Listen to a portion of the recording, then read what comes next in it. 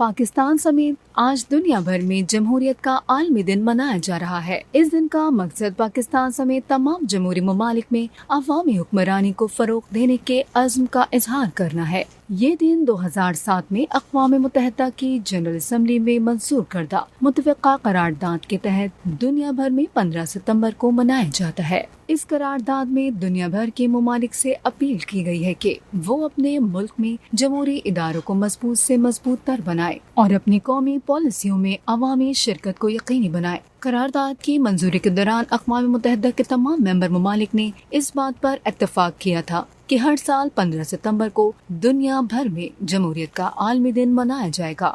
یونان کے شہر ایتھنز کو جمہوریت کی جائے پیدائش مانا جاتا ہے، مگر مورخین کا ماننا ہے کہ رومن تہذیب حقیقی معنوں میں ایک جمہوری تہذیب تھی جہاں عوامی حکمرانی تھی۔ یونان میں جمہوریت کی اصطلاح، جس کا مطلب لوگوں کی حکومت ہے، جمہوریت کا آغاز ہے۔